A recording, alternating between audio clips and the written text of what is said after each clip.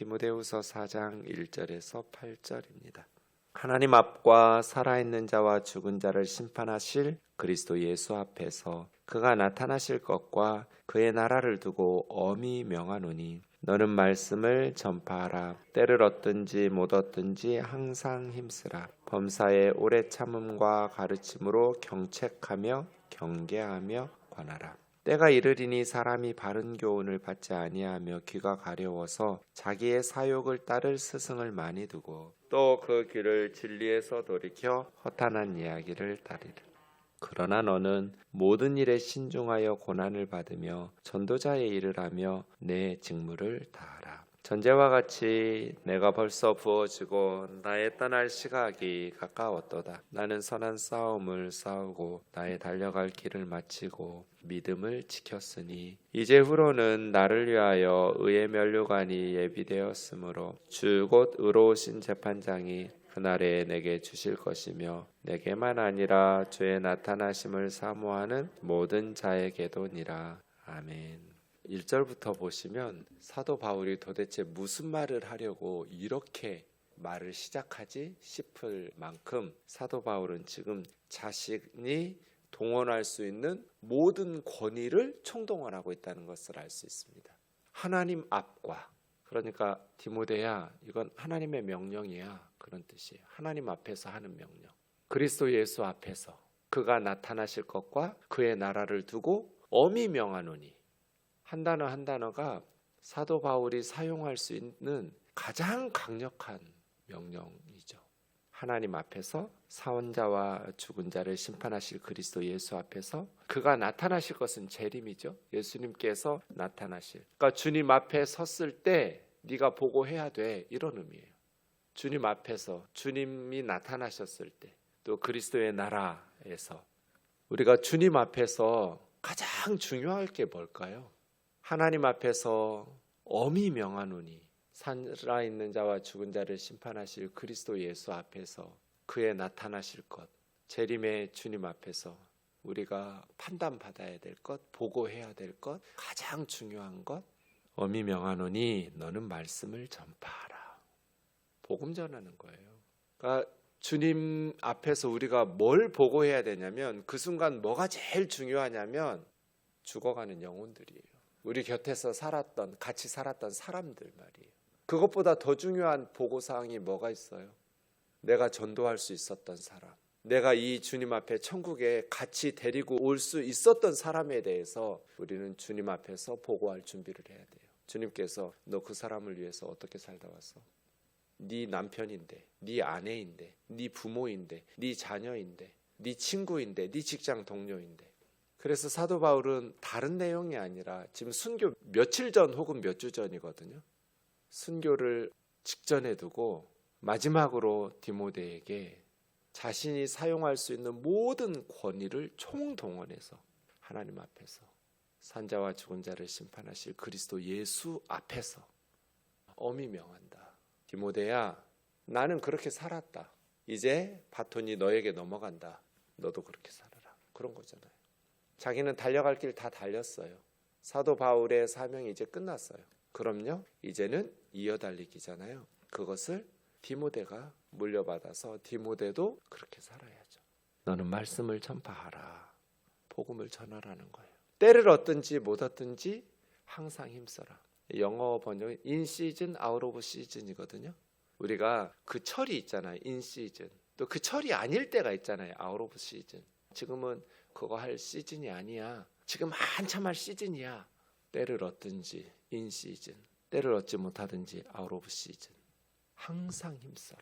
저희 교회 집사님이 아버지가 이렇게 많이 아프셔서 이제 교회 한 번도 다니신 적은 없어요. 근데 아버지가 이제 죽음을 앞두고 질병에 있을 때 이 딸이 아버지에게 계속 복음을 전한 거죠. 그래서 아버지가 완강하게 거부하시다가 서서히 마음을 열었어요. 그래서 그래, 나도 믿을게, 이런 식으로. 근데 그날 밤에 한 번 더 전하고 싶었대요. 좀 자기가 불안해서 어떤 때는 믿는다고 하셨다가 어떤 때는 안 믿는다고 하셨다가 왔다 갔다 해서 내가 오늘 한 번 더 정확하게 복음을 전하고 아버지의 신앙 고백을 정확하게 그런 전도를 해야겠다 했는데 아버지가 좀 힘들어 하시는, 컨디션이 좋지 않은 것 같은, 그럼 자고 나서 내일 아침에 복음 전해야겠다 했는데 그날 밤에 돌아가셨어요. 그래서 때를 얻든지 때를 얻지 못하든지, 이 전도는 미루면 안 되는구나. 젊다고 그래서 뭐 앞으로 몇십 년은 남았겠지, 그거 누가 장담할 수 있어요? 오늘 죽을지 내일 죽을지 누가 알아요? 그럼 우리가 주님 앞에서 그 사람에 대해서 보고해야 돼요. 바울이 말하는 건 그런 뜻이에요. 그의 나타나실 것과 그의 나라를 두고 엄히 명하노니 너는 말씀을 전해라. 때를 얻든지 못 얻든지 항상 힘써라. 다른 건 미뤄도 되지만 영혼을 가지고 장난치는 거 아니잖아요. 영원한 생명이 걸려 있는데, 그런 막중한 책임이 우리에게 있어서 사도 바울은 자신이 동원할 수 있는 모든 권위를 총동원해서 디모데야 말씀을 전파해라, 이렇게 강력하게 말하는 구절이 없어요. 성경 어디에도 제가 봐도 바울이 이렇게 강력하게 말하는, 엄히 명하노니 하는데 하나님 이름 걸고 그리스도 예수의 이름 걸고 이렇게 엄히 명하는 내용이 없어요. 근데 생각해 보면 이게 가장 중요하니까요. 뭐 주님 앞에 섰을 때 우리가 다른 걸로 뭐 보고할 게 뭐가 있고 그 순간 중요한 게 뭐가 있겠어요? 뭐 내 집 마련을 했냐, 무슨 명문대학을 나왔냐, 직업이 뭐였냐, 그따진 게 뭐가 중요해요? 일도 안 중요해요. 주님 앞에서는. 주님 앞에서 정말 중요한 것은 영혼 구원이죠. 죽어가는 영혼 너 어떻게 하다가 왔냐. 그래서 이 복음을 전하는데 주의해야 될 것이 있어요. 이건 복음의 긴박성, 나태해서는 안 된다는 것에 대한 경고예요. 때를 얻든지 못 얻든지는 그만큼 복음 전도가 중요하고 긴박하다. 절대로 게으르거나 나태해서는 안 된다. 그런 뜻이지 무조건 막 무례하게 전도할 사람의 사생활을 침범해 가면서 막무가내로 하라는 거 아니에요. 복음을 전하라니까 저는 가끔 그 마음은 알겠어요. 근데 막 서울역 같은 데 가보세요. 마이크 잡고 큰 소리로 막 가끔은 소음으로 들려서 염려될 때가 있어요. 그 전도하려는 마음은 정말 이해가 가는데 오히려 역효과 아닐까? 분명히 그것을 통해서 한 영혼이라도 구원받는다면 저는 필요하다고 생각해요. 하지만 방법을 조금만 바꾸면 마이크 내려놓고 그냥 너무 거슬리지 않게, 저 그렇게 전도하는 분 봤어요. 지하철 안에서 양복 딱 빼입고 뭐 마이크니 큰 소리 높이지 않고요, 그냥 그 주변에 있는 몇몇 사람들 들리도록 정말 공손하게. 저는 아무개입니다. 내가 믿는 예수님 너무 좋아서 여러분에게 꼭 알려주고 싶은데 퇴근길에 미안합니다. 혹시 소음이 될까봐 굉장히 정중한 언어로 또 뭐 목소리 높이지 않고 조곤조곤 논리적으로 딱 복음을 전하는데 마음이 전혀 부담스럽지도 않고 생각하게 하고, 저런 사람이 믿는 저런 예의 바른 기독교라면 나도 믿고 싶다, 이런 생각이 들더라고요. 제가 크리스찬이어서 그렇게 호의적이었는지 모르겠지만, 그러니까 복음 전도에 긴박성이 있다고 해서 무례해도 된다는 뜻은 아니에요. 강제로 억지로 이렇게 할 수 없잖아요. 왜냐하면 그 다음 구절 보세요. 때를 얻든지 못 얻든지 항상 힘쓰라. 그 다음이요, 범사의 오래 참음과 가르침으로. 오래 참음, 이게 뭐예요? 무례하지 말라는 거거든요. 절박하지만, 우리는 속이 타지만, 저 사람 저러다가 예수 믿지 않고 죽으면 어떡하지? 그런 속 타는 마음이 있지만, 하지만 오래 참음으로, 인위적으로 강제로 끌고 갈 수 없잖아요. 오히려 역효과란 말이에요. 그래서 때를 얻든지 때를 얻지 못하든지 항상 복음을 전하라는 말씀은 그냥 상대방의 사생활에 무리하게 끼어들어가지고 이렇게 하라는 게 아니라 나태하지 말라고 경고하는 것은 맞는데 오래 참아야 돼요, 때로는. 그래서 복음은 항상 전하되 그 사람이 우리가 전하자마자 받아들이면 얼마나 좋겠어요. 근데 오랜 시간, 그리고 범사의 오래 참음과 그리고 모든 가르침을 총동원해서, 가르침으로 앞에 모든이라고 써 넣어야 돼요. 원문에 있으니까요. 모든 가르침으로, 그 말은 무슨 뜻이에요? 내가 할 수 있는 모든 것을 총동원해서.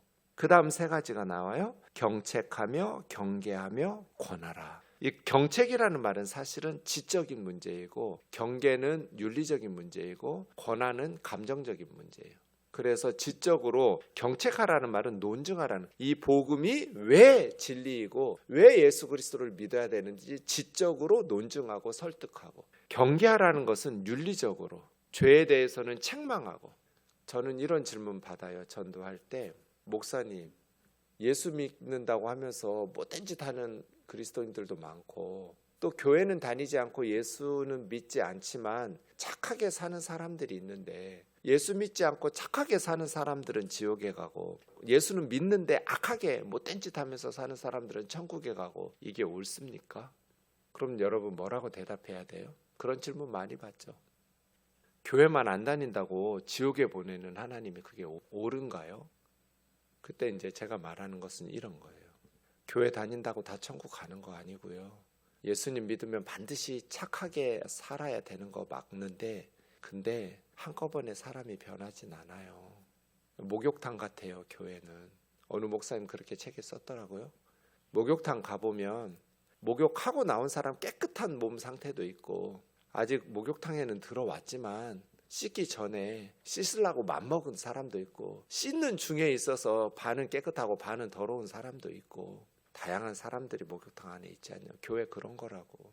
예수 믿자마자 다 깨끗해지면 좋은데 그건 우리 영혼이고 우리의 삶이 그렇게 한순간에 변하지는 않는다고. 그런데 바르게 예수 믿으면 하나님 말씀 듣고 날마다 하나님께 기도하니까 착하게 변화되는 게 맞다고. 그렇지 않는다면 그 사람은 바르게 예수님 믿는 거 아니라고. 근데 예수님 믿지 않는 건 이런 거라고. 예전에 제가 주일학교 때 들었던 부장집사님의 설교인데요. 친구 농부 얘기예요. 부장집사님의 친구 아들이 서울대학 다녔대요. 그러니까 아버지 어머니가 얼마나 행복했겠어요. 농사 지어가지고 내 아들이 서울대학을 갔으니까. 그래서 늘 그게 이 아버지의, 이 집사님 친구의 자랑이에요. 그 서울대학 간 아들이. 근데 이제 첫 여름방학, 1학년 여름방학에 아들이 친구들 데리고 시골에 우리 집에 놀러 오고 싶다고 그래서 그래도 되냐고 전화가 와가지고, 어휴 그러라고, 네 친구들 데려와서 놀라고 집에 와서 하루 며칠. 그래서 그날은 이 아들의 아버지가 버스 정류장 가까이에 있는 논에서 일을 했대요. 여름에 바쁘니까 농부들은. 그래서 깨끗하게 씻고 집에서 맞이할 그런 상황은 안 되어서 아들 내리는 버스 정류장에서 가까운 논에서 그냥 흙 범벅하면서 일을 했겠죠. 비포장도로였으니까요. 버스 내리고 흙먼지가 버스 가면서 날아가고 딱 대여섯 명의 아들과 아들 친구들이 나타나는데 빛이 나더래요. 얼마나 서울대생이 별과 같은 애들이 우리 동네 가장 동네 생긴 이유로 많은 서울대생이 오는 그런 심정으로 아버지가 너무나 뿌듯하고 흐뭇하게 봤대요. 그래서 아들을 불렀어요. 아무개야 이러면서. 못 들은 거예요. 못 들었나? 아무개야 기뻐가지고 아빠는. 근데 계속 못 들은 척 하는 거예요. 이 아들이. 친구들이 야, 저 아저씨가 네 이름 부르신다. 아들이 지나가면서 괜찮아, 우리 집 머슴이야. 그러니까 이 아들도 당황한 거예요.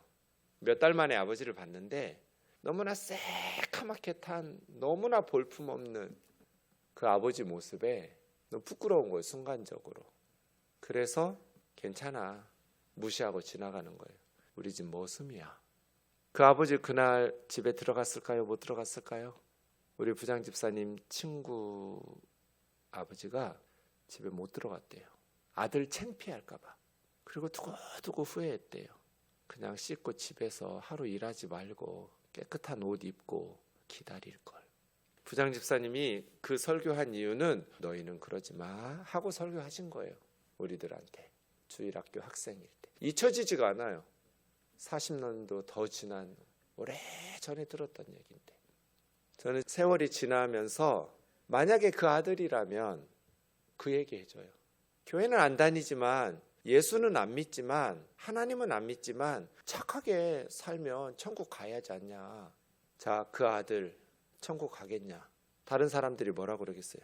정말 어려운 사람들 도와주고 공부도 잘하고 똑똑해서 열심히 노력하고 수고해서 불쌍한 사람들 많이 도와주고, 근데 자기 어머니 아버지 내가 우리 엄마 아빠인지 어떻게 믿냐. 태어나는 거 본 적도 없고 내 맘에도 안 들고 난 그 사람들하고 상관없어. 근데 부모는 자식을 그렇게 사랑하고 기다리고 자식을 위해서 생명을 바치고 모든 걸 다 주고 날마다 자식이 인정해 주기를 사랑해 주기를 기다리고 애가 타고 다른 사람들이 뭐라 그러겠어요? 야, 너 불쌍한 사람들 도우려고 하지 말고 니네 엄마 아빠한테나 잘해. 대먹지도 못한 게 어디서 착한 척이야. 부모도 몰라보는 것이 인간이냐?